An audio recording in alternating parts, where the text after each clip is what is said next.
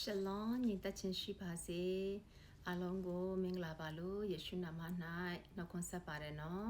ကျမကနှုတ်ပတ်တော်လေးအနေငယ်နဲ့မိသားစုတွေကိုပေါ့နော်ခန္ဓာစိတ်ဝိညာဉ်ချမ်းသာဖို့အတွက်အားပေးခြင်းဖြစ်ပါတယ်သူသဖြင့်ပေါ့နော်ကျမတို့ဝိညာဉ်ရေးရာကတော့ခရိယန်တွေမှတ်သမျှကတော့အင်မတန်မှပေါ့နော်ပြည့်ဝကြပြီဒါပေမဲ့ခန္ဓာရေးရာမှာပေါ့နော်ကျမတို့ကတစ်ခါတည်းမှာကိုယူဆိုင်ဖို့ပေါ့နော်အားနေခဲ့တဲ့အချိန်လေးတွေပေါ့နော်အနေငယ်ရှိမှာပါအများနဲ့တော့မဆိုလိုပါဘူးပေါ့နော်ဒါကြောင့်မလို့မိသားစုတွေကိုပေါ့နော်ဒီကနေ့ဘုရားခင်ကကျမတို့ကိုဘာတွေစားခိုင်းစေခြင်းလဲဆိုတဲ့အရာလေးတွေကိုနှုတ်ပတ်တော်အားဖြင့်ပေါ့နော်အနေငယ်လေ့လာကြမယ်နော်ကပ္ပဦးကျမ်းခန်းကြီး1အငယ်29ကိုကျမအနေငယ်ဖတ်ချင်ပါတယ်လို့နော်ကျမဆာမီကျမ်းလေးကိုတုံထားပါတယ်တဖန်ဖျားခင်ကကြည့်ရှုလောမြေတစ်ပြင်လုံးရှိအစိအနှံထွက်သောအပင်ရှိသမျှနှင့်အတွင်း၌အစိပါသောအသီးကိုတီးသောအပင်ရှိသမျှတို့ကိုတင်တို့အားငါပေး၏၎င်းတို့သည်တင်တို့အတွက်စားစရာဖြစ်ကြလိမ့်မည်လို့ပြောထားပါတယ်နော်ကပ္ပဦးကျမ်းထဲမှာအခန်းကြီး1အငယ်29ထဲမှာဖျားခင်ကလူသားတွေစားဖို့အတွက်ပေါ့နော်အစိအနှံထွက်သောအပင်ရှိသမျှလို့ပြောပါတယ်နော်ပြီးတဲ့အခါမှာအစိပါတဲ့အသီးသီးသောအပင်ရှိသမျှကိုပေါ့နော်ကျမတို့စားဖို့ရအတွက်ဖျားခင်ဖန်ဆင်းထားတာဖြစ်တယ်ကပ္ပဦးကျမ်းခန်းကြီး9ငယ်3ထဲမှာဆိုရင်လည်းပဲအသက်ရှင်၍လှုပ်ရှားတတ်သမျှသောအသီးအရွက်ကဲ့သို့တင်တို့စားစရာဖို့ဖြစ်ရမည်ခတ်သိမ်းသောအရာတို့ကိုတင်တို့၌ငါအပ်ပေး၏လို့လည်းပေါ့နော်ပြောထားပါတယ်နော်ဟင်သင်ဟင်ရွက်တွေကိုလည်းပဲဖျားခင်ကစားခိုင်းစေခြင်းနဲ့နောက်ထပ်အခန်းငယ်လေးထဲမှာဆိုရင်လည်းပဲဒါလေးကိုလည်းကျွန်မဆာမီကျမ်းလေးကိုလည်းပဲတုံးထားပါတယ်အသက်ရှင်၍လှုပ်ရှားသွားလာတတ်သောတရဝါရှိသမျှသည်တင်တို့ဤစားစရာဖြစ်လိမ့်မည်စိမ့်လန်းသောအပင်တို့ကိုတင်တို့အားငါပေးတကဲ့သို့ခတ်သိမ်းသောအရာတို့ကိုတင်တို့အားငါပေး၏သို့သောအသက်တည်ဟုသောအသွေးပါရှိသည့်အသားကိုမစားရလို့ပြောထားပါတယ်နော်နှုတ်ကပတ်တော်ထဲမှာဓမ္မဟောင်းထဲမှာကပ္ပဦးကိုစတင်ကြတဲ့ကပေါ့နော်ကပ္ပဦးကျမ်းထဲမှာဘုရားခင်ကလူသားတွေကိုစားခိုင်းစေခြင်းနဲ့ပေါ့နော်အရာတွေကိုဖန်ဆင်းပြီးသားပါဒါပေမဲ့တခါတည်းမှာပေါ့နော်ကျမတို့လူသားတွေကကျမတို့လက်ရှိရဲ့လူပေါင်းအလယ်မှာပေါ့နော်ကျမတို့ရဲ့အသွေးအသားပဲဖြစ်ဖြစ်ကျမတို့ရဲ့အာဂရင်းအပဲဖြစ်ဖြစ်ကျမတို့စားစီခြင်းနဲ့အရာထက်စားချင်တာကိုပဲကျမတို့က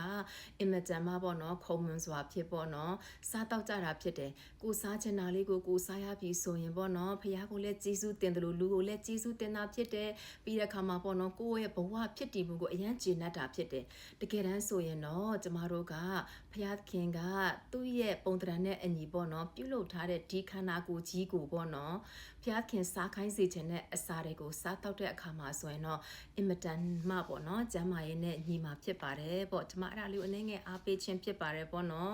်နှုတ်ပတ်တော်လေးကလည်းအတူလေးပဲဖြစ်ပါတယ်ဒါကြောင့်ကပ္ပဦးကလေးကကျမတို့ကိုဖျားခင်ကစားခိုင်းစေခြင်းနဲ့အရာကဟင်းသင်းဟင်းရွက်တွေဖြစ်ပါတယ်နော်အသားငါးတွေလည်းပဲပါပါတယ်ထပ်ပြီးမှပေါ့နော်နောက်ဗီဒီယိုလေးမှာပြန်ပြောပြပေးမယ်။ဘာကြောင့်လဲဆိုရင်ကျမတို့ကလူသားတိုင်းမှန်ရင်ပေါ့နော်ဘလို့ပုံစံမျိုးလေးစားရမလဲဆိုတဲ့အခါမှာပကံတစ်ခုကိုပေါ့နော်ကျမတို့ကယူလိုက်မယ်ဆိုရင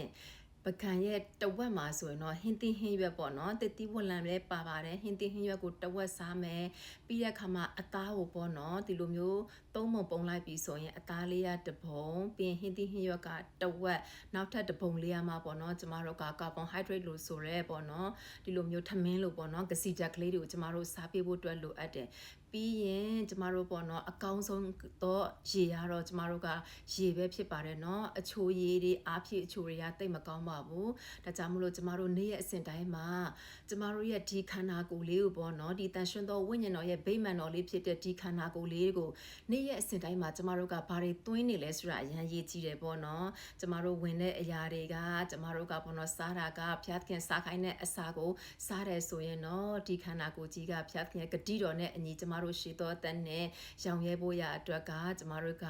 အသက်ရှင်မှလည်းဖြစ်တယ်ပေါ့နော်အသက်တည်ခြင်းနဲ့ရှင်ခြင်းကဖျားခင်ရဲ့လက်ထဲမှာကျမတို့သွားတိုင်းမှာလာတိုင်းမှာလှုပ်ဆောင်ညတိုင်းမှာတန်ရှင်သောဝိညာဉ်တော်ရဲ့ကွယ်ကာခြင်းတန်ရှင်သောဝိညာဉ်တော်ရဲ့အကူအမနဲ့ကျမတို့နေ့ရက်စဉ်တိုင်းမှာစက္ကန့်တိုင်းမှာသွားနေရတာဖြစ်တယ်နေ့ရက်စဉ်တိုင်းမှာစားတောက်ခြင်းကိုလည်းပေါ့နော်ဖျားလက်ကိုပဲအပ်ပါဖျားခင်ဆူတောင်းတဲ့ခါမှာပေါ့နော်ကျမတို့ရဲ့ခန္ဓာပေဓာအတွက်အသွေးအသားအတွက်ကောင်းတဲ့အစာကိုပဲကြိုက်စေပါလို့ကျမတို့ကပြန်လည်ပြီးမှပေါ့နော်ဆူတောင်းပြောင်းရမှာဖြစ်တယ်အရင်တော့ဆိုတော့ပေါ့နော်ကျမတို့ဖျားကိုဆူတောင်းတဲ့ခါမှာကိုတော့ကျမတို့ပေါ့နော်စားခြင်းနဲ့အစာလေးတွေစားခွင့်ပြင်ဆင်ပေးပါဆိုမှဆူတောင်းခဲ့တဲ့အချိန်ကလေးတွေရှိမှာပါဒါပေမဲ့ကျမတို့ ပေါ်တော့ယခုချိန်မှာတော့ကျမတို့ဒီခေတ်ကာလကြီးကယောဂဗျာတွေကအလွန်မဲမှပွားများတယ်ပြီးတဲ့အခါမှာပေါ်တော့ fast food တွေပေါ်တော့အစင်သစ်လုပ်ပြီးသားအစားအသောက်တွေကအင်မတန်မှများတဲ့အခါမှာ cancer ယောဂတွေပေါ်တော့အတွင်းခန္ဓာပြီးတာကိုဒုက္ခပေးတဲ့ယောဂတွေကအင်မတန်မှများလာပြီဖြစ်တယ်ဒါကြောင့်မလို့ပေါ်တော့ကျမတို့တတိဝရိယနဲ့ဘုရားခင်ကပေးတဲ့ဉာဏ်ပညာနဲ့ထောက်ချက်ပြီးမှကျမတို့ကပေါ်တော့အသက်မရှင်ဘူးဆိုတဲ့အခါမှာ